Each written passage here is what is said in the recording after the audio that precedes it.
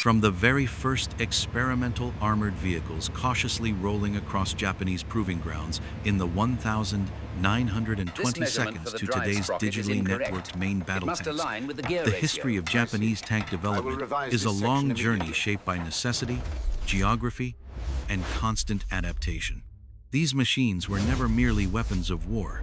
They were reflections of Japan's industrial limits, strategic thinking, and the harsh lessons learned on battlefields across Asia and the Pacific. Unlike many Western nations that emphasize sheer size, armor thickness, and brute force, Japan often focused on compact designs, mobility, and mechanical reliability.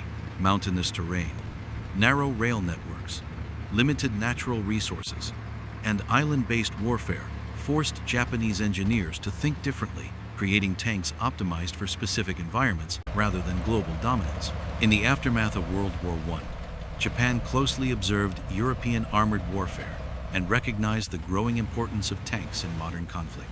During the interwar period from 1919 to 1938, Japanese engineers experimented heavily, combining foreign influence with domestic innovation. The Type 87 Chi, introduced in 1927, became Japan's first domestically designed tank.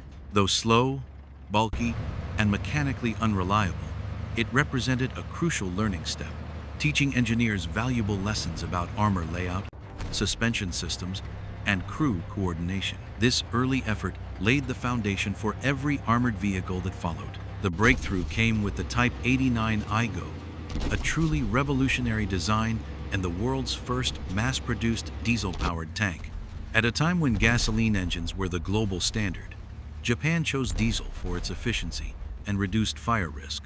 Deployed extensively in Manchuria during the early 1930 seconds, the Type 89 proved reliable in harsh conditions and demonstrated Japan's ability to innovate ahead of its contemporaries. Alongside it, the Type 92 cavalry tank reflected Japan's early armored doctrine, emphasizing speed and reconnaissance rather than direct armored combat. Designed to support cavalry units, it sacrificed protection for mobility, aligning with Japan's belief that tanks should assist infantry instead of replacing them. Smaller vehicles such as the Type 94 tankette further illustrated this philosophy.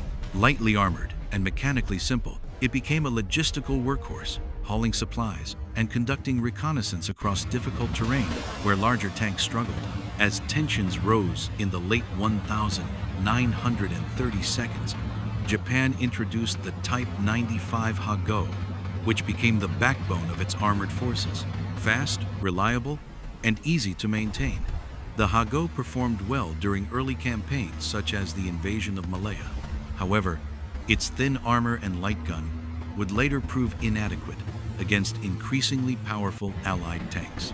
The Type 97 Chiha emerged as Japan's most iconic pre-war and early wartime medium tank.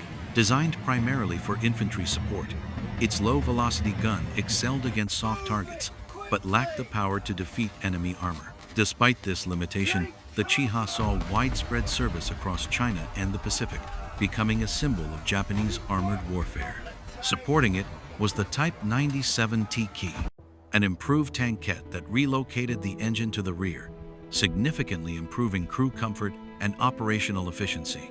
This seemingly small change marked Japan's growing awareness of ergonomics and battlefield practicality. During this same period, Japan briefly experimented with heavy tanks, such as the Type 91 and Type 95 heavy tanks. Inspired by foreign multi-turret designs, these vehicles appeared formidable, but were already obsolete before testing concluded. Their failure convinced Japanese planners that heavy tanks were impractical given the nation's industrial capacity and strategic needs.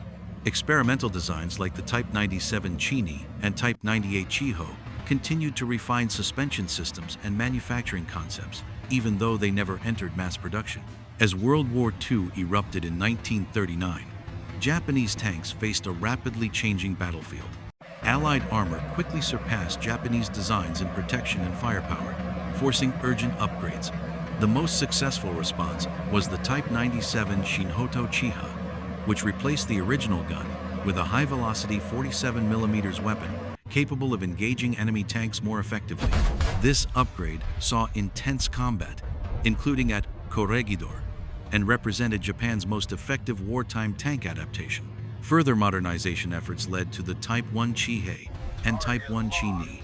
The Chihei introduced welded armor and a more powerful engine, while the Chini focused on ease of mass production, reflecting Japan's increasingly strained industrial resources.